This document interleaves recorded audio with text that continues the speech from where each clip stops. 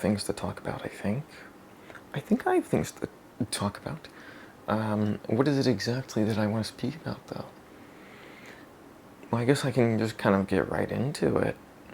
This is, again, no script or anything, just talking, because I guess I kind of have a negative association with writing currently, so I just haven't, along with not really having the mind for it. And I just think it's probably just temporary, but it's not the present. So, but I have ideas in my head. It's just those ideas, to execute them and write them down, put all that effort into fleshing them out. It doesn't seem like it's worth it. Or not even if it's, maybe it could be worth it, but I just don't have the capacity to do that. So I don't. I guess there's, a couple things worth mentioning. Maybe relatable, maybe not. I guess the first one, I guess we can start there, would be kind of maybe just a realization of, maybe an acknowledgement of anxiety I feel, or fear, and I can understand where that stems from. I would say that mostly stems from my household, right? When I was living with my parents, there was anxiety of, being judged for actions for whatever I would do. There was fear that I'd be found out in some capacity of some quality of me, so there was always fear present. And I think that's still being tunneled into me, because as my parents are still a part of me, and will always be, there's certain qualities like that judgment that maybe they're not placing on me, or if they are, I'm not around for it. It's me placing the judgment on myself, and then me reacting to that judgment or fear of that judgment. Like, here's an example: played bass, and two people were just playing around, we're just jamming, and I'm in like a constant state of like fear. It's like I'm judging myself for what I'm doing. I'm doing something extremely basic because I'm like horrified of like doing anything else. So here I am experiencing a bunch of anxiety with people who aren't judging me, right? They aren't judging me. They don't care if I make a mistake. It's just me.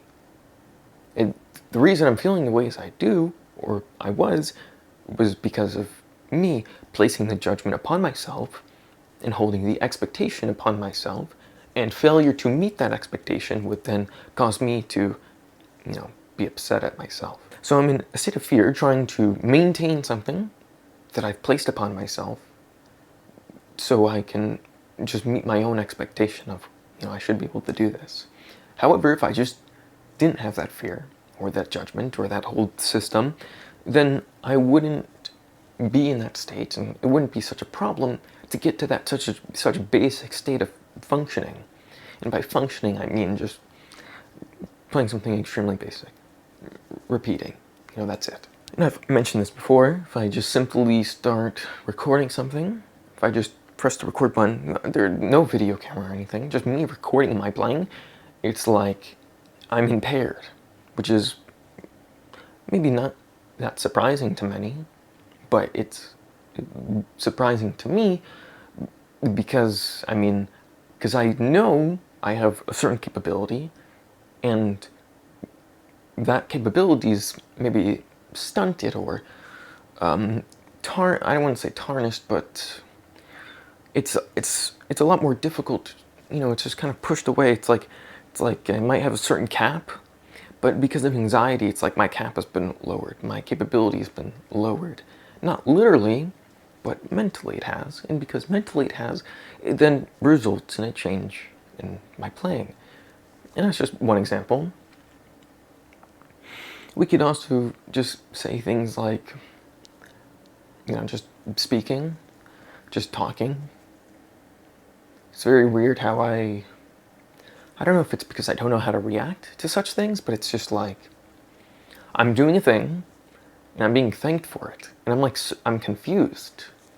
like being thanked for the thing, and it's like, what you just say is you're welcome or no problem, but for me it's like I'm confused as a result of hearing that, which it doesn't make sense because it's not like it's unusual for me to be thanked for things, for doing things that I wasn't asked to do, but I'm still just like slightly impaired, and I don't just say those automatic things, which is, I don't know, a bit weird, because I wouldn't say I'm afraid of social interactions or talking with people, but when I'm not in that state of fear, there's a certain level of me that's pushed away. I'm just kind of, I'm arguably, when I'm not in a state of fear, I'm arguably putting on a mask, or just some sort of barrier between me and the person I'm talking with or people I'm talking with. Because to present my true self is something that's just too far, as I'm too afraid of doing that. And every time where that kind of leaks out, it comes out very odd and weird. So to someone else, it's like confusing or unusual. And so, when someone is presented with something that's weird or unusual or uncomfortable, they are in rejection to it. And then, to me, in my mind, that makes me think they're in rejection to me. And then that thought then manifests into, oh yeah, don't let that happen again. And it's also my interpretation of, someone's rejection. Because how I might interpret rejection might not actually be rejection. It might be just like confusion. Recently I've been acting in a way where basically, what I'm trying to say is that I have been trying to get by distracting myself. I think distractions are basically the only way to really, get through living. So, that's what you do. You follow distractions. You get distracted because otherwise you think. And, sometimes that's okay if your thoughts aren't bad thoughts, if your thoughts aren't harmful thoughts. So if that's the case, then that's fine. But if they are, then you have to be distracted, because otherwise you'll focus on those harmful thoughts and you'll focus on them and you'll, really hold on to them for dear life, and then, maybe they'll manifest. And so that's something to be careful of. So I try to distract myself the best way I can, and I've already mentioned before, bass and piano, putting time into both of those, and it is that they are progressing. I think there's some level of progression. Sometimes I'm not so sure, but I think undeniably, whether I want to accept it or not, there's some progression. You could put hours and hours into both of these things and continue to do that for a lifetime. Recently I've been feeling very mentally slow. Feels like mentally I'm incredibly slow. My ability to think is just deteriorated. I'm presented with an idea or a thought, and it sounds tiring, so extremely tiring to, go forward with that or talk about that or just with someone else. Someone presents something, and to me to go on about it or to showcase it or to explain it, it sounds like so much work, an unbelievable amount of work. And it's like, I don't want to do that. If it were enjoyable, then I'd do it, and that's how it was in the past. But if it's not, then I won't. And I guess that's just a change that's been occurring. I got on this game a couple days ago, or 2 days ago, or 3 days ago. I don't even know. I don't know how long ago it was, actually. But, I just was trying something, looking for something. I don't know what I was looking for, but I was just kind of just looking because, I couldn't really do any more of what I normally would do. I didn't want to just stare in front of my computer and watch things, and didn't feel the capability to write or read, so don't do either of those. So I'm talking with people, and it's not the most terrible thing, but I find myself lacking input for a lot of the things being said, because if the things have been said like 1,000 times over, then my input will just be the same thing, because my input will then lead to the same sequence of responses.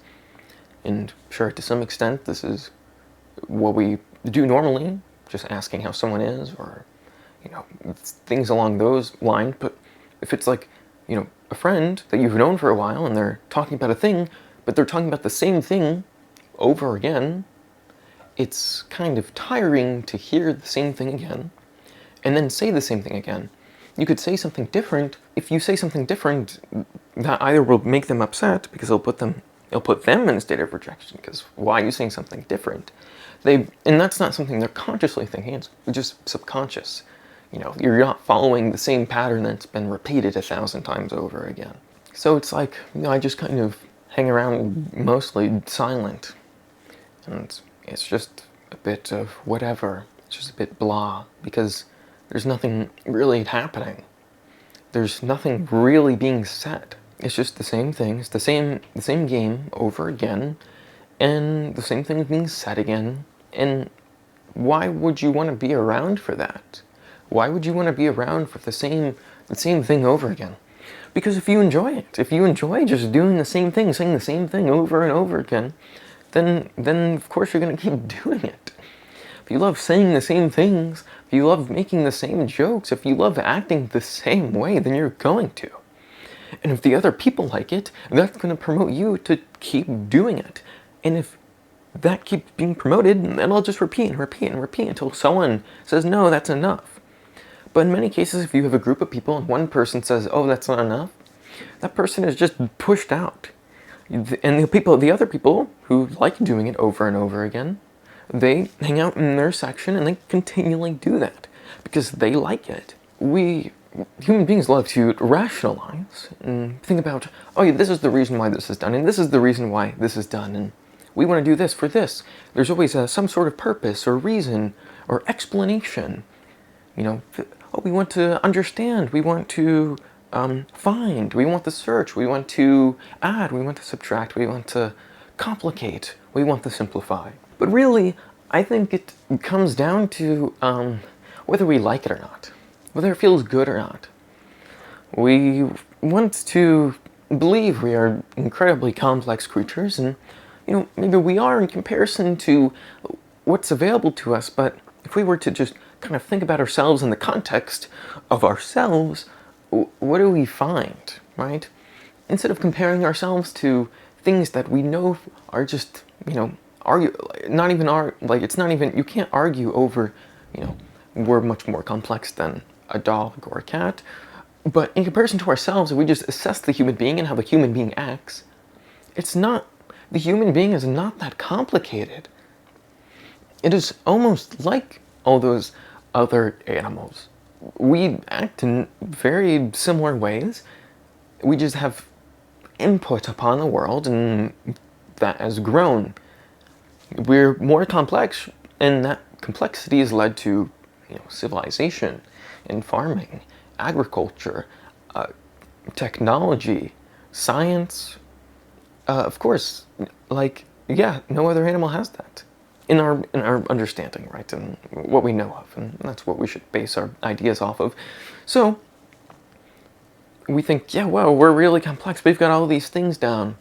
But then you just kind of look at how a human being acts, just a normal person, and it's like, wow, that person is just doing what feels good. That person's just doing what they're told to do, and they're just repeating that because it feels good. Because they've been told it feels good, and they actually believe that. And because they believe it, it then reflects reality. And they just kind of rinse and repeat that their whole entire life. I'm just going to do what feels good. Now, of course, this has limitations, right? Because you can tell that same human being, hey, this is off boundaries. Because you know what also would feel really good? Maybe they think watching TV feels really good and eating junk food or whatever. But heroin would feel really good. Fentanyl would feel really good. Meth would feel really good. Cocaine would feel really good. Crack would feel really good. Amphetamine would feel really good. But you say, hey, no, that's off boundaries. It's illegal. Don't do that. That's going to be bad for you. You reinforce for that human being, hey, don't do that. Because it feels good. And guess what? When the human being gets shown that thing that feels good, they're going to keep doing it. Wow, I'm addicted to the substance that makes me feel good. Which is why it's illegal, because that's all it takes. It just takes for it to feel good, because if it didn't feel good, you wouldn't continue doing it. And that's all it comes down to. It simply comes down to, does it feel good or not? Does it feel good to live in a stable, sheltered place? Does it feel good to be in a building that has stability? Yes, of course it does. It doesn't feel good to feel like you're unsafe. It doesn't feel good to feel like, you're on edge. Sure, there's moments where you might enjoy that, but only because it is a moment. It's not all the time. Because if it were all the time, it would be terrible. It would be wearing you down because you can't do that all the time. You can't feel like that all the time. Just like when you feel bad, you desperately search for what's going to feel good, what's going to make you feel good, and you're going to search for that. You're going to desperately search for that. And for most people, I mean, it doesn't take that long to get back to whatever it feels good. Oh, well, I had a bad day at work. You sleep on it, refreshed, back to the same cycle. You feel fine. Repeat the cycle, have your cup of coffee, go to work, have your lunch, talk to your coworkers, play the game. You're good, come home, play video game, have some dinner, glass of wine, that's it. You go to bed, rinse and repeat the cycle, you feel good. Oh, you might have another bad day, boo-hoo. You're gonna sleep, reset, and you're gonna reset and be back to how you were before. Because it's not, for most people, it's not tearing them down. However, I would say for some others, there are times where, for me, I would be able to, just sleep and reset and mostly be fine. But, it doesn't really work anymore. And because that doesn't work anymore, I search out for other things. It's like, what's going to make me feel good? How am I going to feel good? Because I want to feel good. Because if you feel bad all the time, well, you're gonna get desperate. You're gonna be like, well, how do I feel good? What do I do? You might search out for the things that you've been told not to do. Because, in your mind, it's, well, what other option do I have? What other options are available to me? And because the human being can be watched and, hey, assessed in, oh yeah, you're doing what feels good and you're repeating the cycle of what feels good, the human being is then very predictable. Because if you know what the human being wants, you're gonna have to learn the individual to some extent, but, individuals aren't so different. Because, if you just, you have to maybe assess, oh, here's a different culture. In this culture, they do this thing. Okay, well, now once you've got that down, okay, well, here are the people within that culture doing the same thing. Because all those people are probably doing the same thing. Of course there's exceptions. There's always exceptions to literally everything. But you don't assess general rules or ideas by exceptions. So if we just assess, the general idea of, or general rule of, how these people are acting, that's how most people are gonna be. And that's fine. And that's fine, because if everyone is, basically the same, then everyone basically everyone's compatible with one another. Oh, well, we do the same thing, we're basically compatible. We have, like 90% overlap. Maybe 10% we do a little bit different things. We have, different preferences here and there. And maybe we like, a certain thing. We, have this hobby and you have that hobby. But we're basically the same. We repeat the same cycles. Oh yeah, maybe you have a different job, right? Maybe one of you, I don't know, is a janitor. And the other one, I don't know, does, installs, is an electrician, right? One's an electrician, one's a janitor. Oh well, you're both doing like physical work, right? You're both doing physical work. Maybe you both belong to a trade, but both of you like wake up in the morning. You both like eat. You both shit. You both drink water. You both probably drink alcohol. You both drink, maybe a soda. Maybe often. Maybe not so often. Maybe you both like video games. Probably both like video games. Maybe watching TV. Maybe you like watching the game. You like football. Maybe basketball, baseball. Think about how many like millions of people concurrently watch like the Super Bowl. And people who don't even care about football, right? You've got their wives, and you got the man's wives and kids, and they're just all watching together as a family or whatever. Or they're all just conforming. They're just fucking conforming. Because, wow, I gotta conform because I wanna fit in, because I wanna be a part of you, or I wanna be a part of the group. Because it's not, guess what? It's terrible to be alone, right? You want to conform. You will conform. It's not a question of, oh, well, I don't want to conform, so I won't. You will conform. In one way or another, you will conform. You're always going to conform. You might think you don't like it, you might think it's bad, but you're going to. You're going to conform. It's inevitable. Maybe in some ways you won't. Sure, maybe there's some ways where you won't conform. You'll say, "Oh no, it's off limits," but in many ways you will. You'll have the same average schedule. You're waking up at 6 in the morning, working your 9 to 5. You're conforming. Oh, I'm gonna have lunch at the same time as other people. You're conforming. I'm gonna eat this food with other people because these other people are going to this place, so I'm going to join them. You're conforming. Even if you don't like it, you might be like, "Oh well, maybe I'll try it. Maybe it'll be okay." Or maybe you've had a bad experience, but maybe you're like, "Oh, maybe it'll be different this time." Because you're going to rationalize and try to justify the reason for you doing the thing. You're going to say, "Oh yeah, well, it has to be different, or it will be different," in order for you to commit the action. Because if you don't convince yourself of that, then you won't do it. And then you won't conform, which then will isolate you from the group or group of people or individual. So you will conform in some shape or form. It's just kind of part of being a human being. Human beings are social creatures, and social creatures want to be with other social creatures because that's just kind of our design. We're designed to be with one another. So if we're not acting in that way, then if we're not conforming, then we're not having the thing that's kind of fundamental to what we are, who we are. And because human beings are basically all the same across the board, we're all acting in that way. We're all conforming in that way. We're all trying to find ways to justify or rationalize our means of conforming to be a part of a group or an individual. We're saying, okay, well, maybe this will be okay, or maybe I can make this happen. And it's just the ways how that happens can change from culture to culture. Or, maybe in a different school, there's a different way people conform.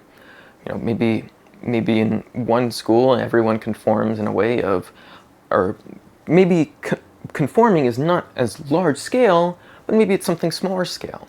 Maybe a group of people, you want to conform to, like let's say in a high school, you want to conform to a popular group of kids because you want their approval, right? You want the approval from those people because you think there's something they have that you don't. So if they approve of you, then you feel good because it's, "Oh wow, I'm getting approved by these people that have something that I don't." And because I'm getting approved, that it makes me feel equal. It makes me feel like I am one of them, and because if I am one of them, I'm thus equal. And we want to feel equal with one another. We want to believe we are equal with one another. Even if that isn't true, we desperately will do anything. We will make ourselves believe we are equal with the people we are interacting with, the group of people, people in general. Just the idea of a human being, we want to believe, one person is equal to another, even if that isn't actually the case. Sure, we might have the concept or idea that, it doesn't really matter what the nuances are. One person is equal to another person because a person is a person, no matter of the nuances of the person or the qualities the person has. And that's fine. I like that idea, and I think that's good, and I think that's what someone should believe and what someone should think. However, that doesn't mean it actually reflects reality. It doesn't mean one person is actually equal to another. Because if that were the case, why would anyone choose someone else for something? Why would you hire someone over someone else? You wouldn't, because, "Oh yeah, well, they're equal, I'll just choose whoever." Because it doesn't actually function that way. Because they're not equal. They're not. So we played this mental game of, "Oh yeah, well, everyone's equal," but they're actually not. So we have a front, and then our actual beliefs behind that front. "Oh yeah, we're all equal, but actually you're not going to be part of the group because you don't fit our criteria. Or we don't like you because you have this quality." And then we push that person out. And we have, human beings have done this over things people cannot control. "Oh yeah, you're a different skin color. We're gonna have to push you out. You're not equal. You're not part of the group." If you want to go extreme, maybe a couple hundred years ago, "Oh, you're a different skin color. You're subhuman. You're not even near just a normal person. You're not even normal." And this was normal. This was a normal idea to have. And a couple hundred years ago, that's not that long ago.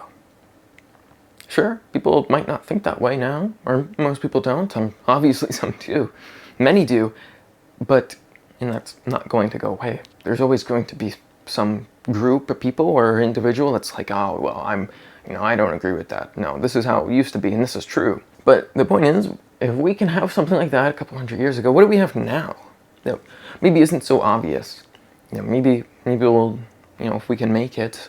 I don't really have hope for human beings, but let's say, a couple hundred years in the future, what are we gonna look back on now and think like, wow, we were, pushing those people out of the world, or we're pushing a certain group, or we're doing something to make a certain group look bad or good, or whatever it is. And many of my ideas, what are we promoting or denying or hiding away, are very contemporary and limited in scope. Things that won't last maybe hundreds of years.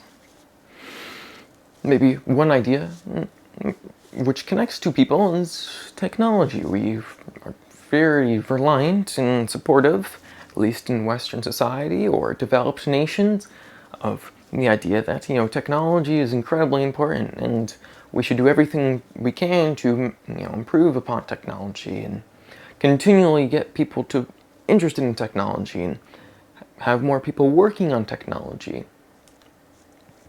The purpose is, well, to make our lives easier. That's always the hope or idea behind anything that we're doing, because to make our lives easier then would make us feel better, would make us happier. Because if we didn't have to do the same things we once had to, that were otherwise gross or made us unhappy or uncomfortable, then that's time or energy or a feeling that could then be replaced with, contentment or feeling good. So we hold on to the idea that, oh, well, we have people going into technology, we'll have people continually working on technology, we'll make our lives easier. In some ways this has happened, but because we're so focused on that desperate feeling of feeling good, we want to feel good so bad. We just want to feel better. We want to feel good more often. We will do we'll make sacrifices for that. We'll cut things out. We'll just say, oh, well, it makes my life easier. I'm okay with accepting it. In technology, this usually tends to be, privacy or data, or, a loss of agency or action from the person. They don't feel, or they don't believe they have the same capability they once did, but they're content with it because they're comfortable. They feel good. And if they feel good, they're not going to question it. Because chances are, especially now, if we're talking in the context of contemporary society and contemporary civilization, maybe 100 years or so, 50 years, it wasn't so long ago where we were feeling worse than what we are now. We've felt the bad, and so when we feel less bad, we're going to remember that, we're going to hold on to that. And it's going to take some time for that to get, pushed over. But as long as things keep progressing, we keep feeling better more often, then we'll keep believing that the things that we're doing are wise, and we should continue doing them. Unfortunately, that just means that some things are ignored or not acknowledged because we desperately want to feel good. And if we're so, desperate for that, we want that so bad, we don't care about the cost that it comes at. We don't care that we're just, there's waste just building up in the ocean. We don't care about the people who have to deal with the waste that we just continually produce. Because why, if it's not shown to us, and, well, maybe it is shown to us, but we just think like, oh, that's really sad. And then we continue acting in the same ways we do. And we continue thinking in the same ways we do because we feel good. So, how could we're not gonna, how much sympathy does the average person have? The average person, I would at least say the average American, is pretty apathetic. Average American's just like, oh, well, it's really sad, really a shame that's happening over there. I'm really, really upset about that. That's really a shame. That's kind of your average person. And then you maybe have like an extremist on either side, right?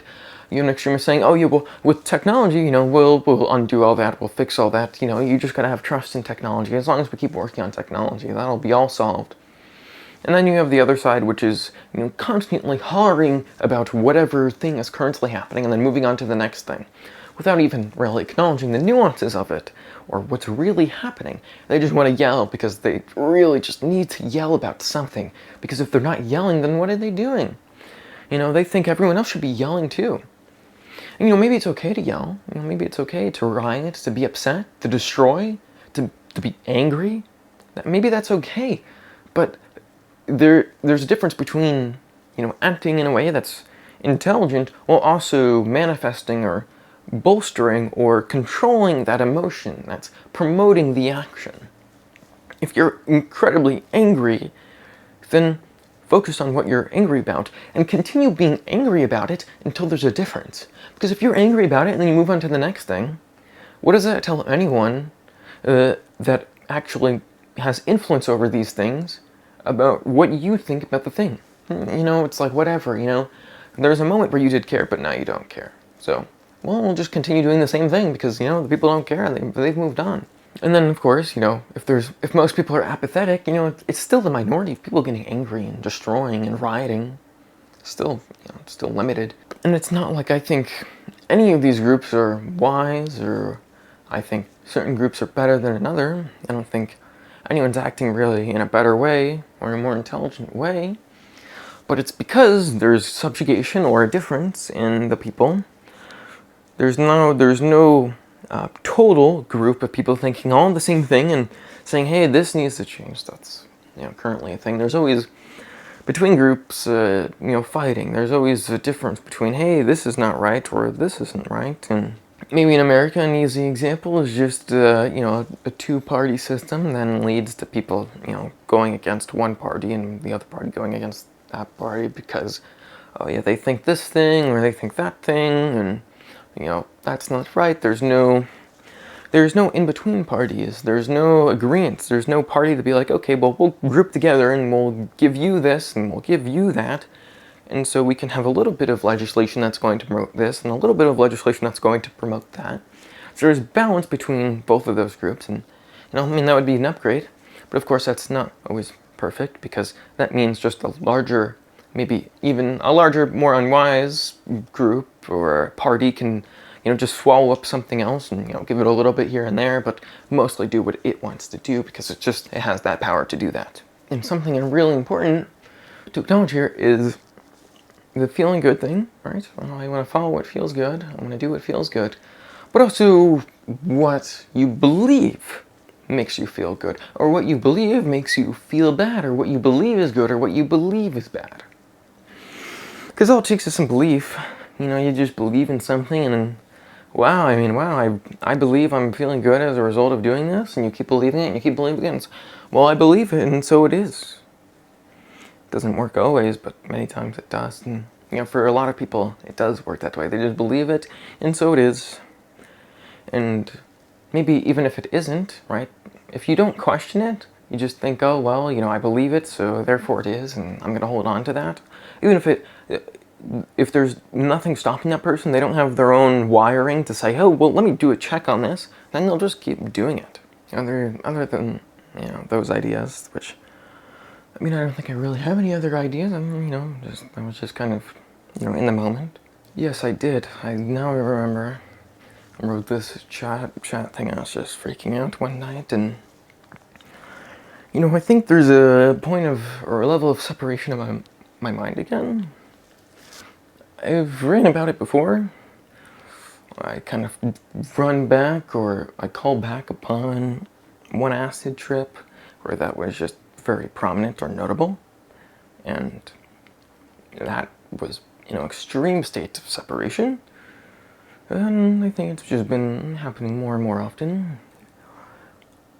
I think I've gotten closer, or not closer, but maybe more in a state of belief that I'm not so much an I, I'm not so much a person, in the sense that I don't really feel like me, in a sense. It's not like, sure, you might have the qualities to point to me as me, and, oh, you do this and you do that, and that makes you you.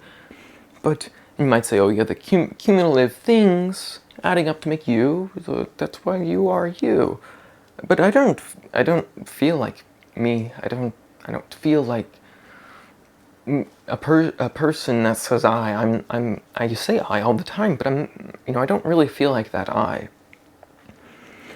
think I wanted to believe there is separation between the I, the monologuer, the ego, and the physical entity, but I don't think that's the case anymore.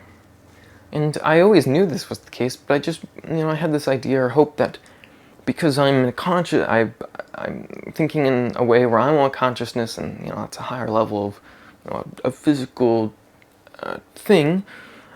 But I'm more thinking now that I am the physical thing, and that doesn't really mean I'm the I or the idea or the thought or the belief or understanding or idea. I already said idea, but you understand.